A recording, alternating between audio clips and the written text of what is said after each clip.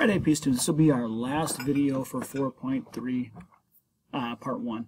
Now let's get to our word, which is capitalism, our last three words. Capitalism, we have a definition here. It's actually a pretty good one. An economic and political system in which a country's trade and industry are controlled by private owners rather than by the state. So it's a private company. So McDonald's, private company. Nike, private company. Apple, private company. These are individuals who own these companies, or like a board of directors that owns these companies, and they exist to make money and make profit. Okay, so in this era, why this is so significant, we want to think about the Dutch East Indian Company and the British East Indian Company. These were private companies. They weren't owned by the government. And they were going off to other parts of the world to make money, to get trade, especially in spices. Spices in the early modern era is like oil today. It was traded, worth a lot of money, and all these ships were going to different places. So the Dutch East Indian Company and the British East Indian Company were private companies trying to make profits, trying to make money. Profit just means that you make more money than you put into it. So if you start a store, you want to make more money by selling the goods you have than it takes you to buy those goods and put them on the shelf. Dutch East Indian Company, British East Indian Company were making a big profit. Sadly, there were also private companies that were making money off slavery at this time too, like the Royal African Company that we talked about earlier. So capitalism is basically the idea. It means that you're starting a company and you want to make a profit, and it's yours and you own it. It's not necessarily bad. It's not necessarily good. It just means something's privately owned and you're trying to make money off it. That is capitalism. Our next word is mercantilism.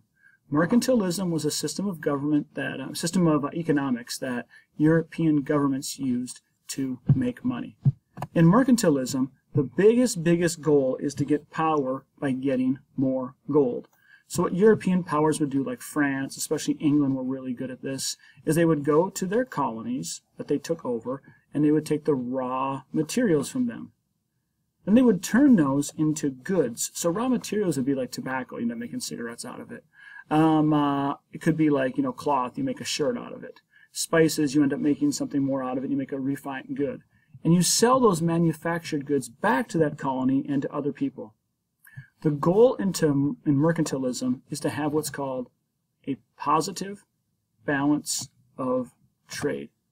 A positive balance of trade, which means you buy all these resources for cheap, or if you own the colonies, you just take them, which is what happened in this early modern period.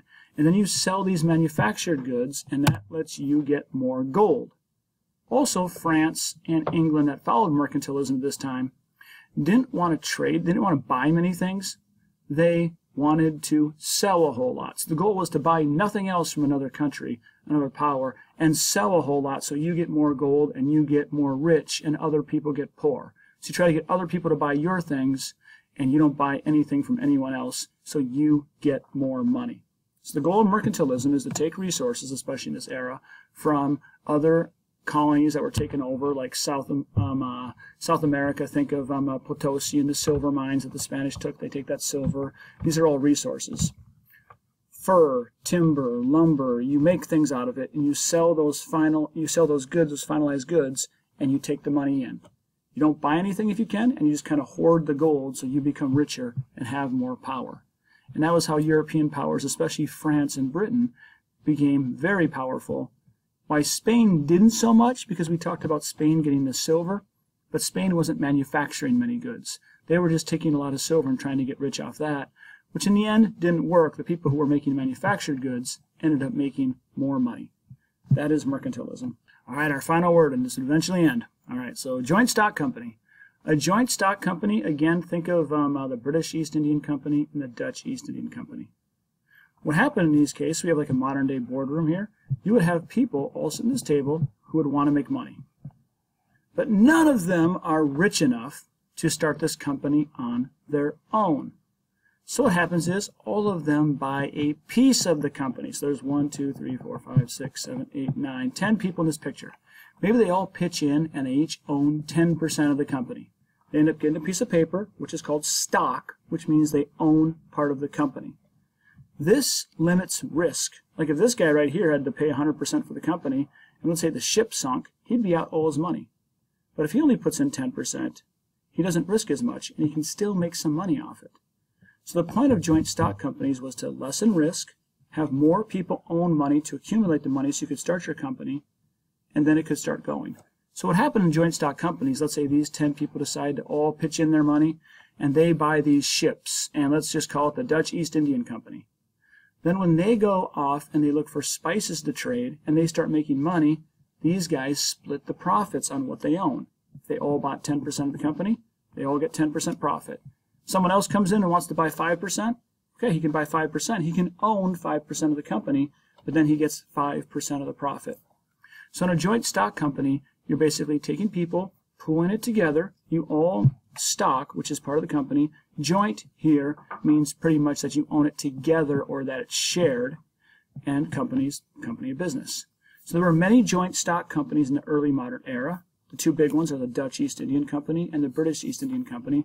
But like I said before, even with slavery, there were companies, joint stock companies, that basically their job was to make deals to kidnap slaves from Africa and bring them to the Americas.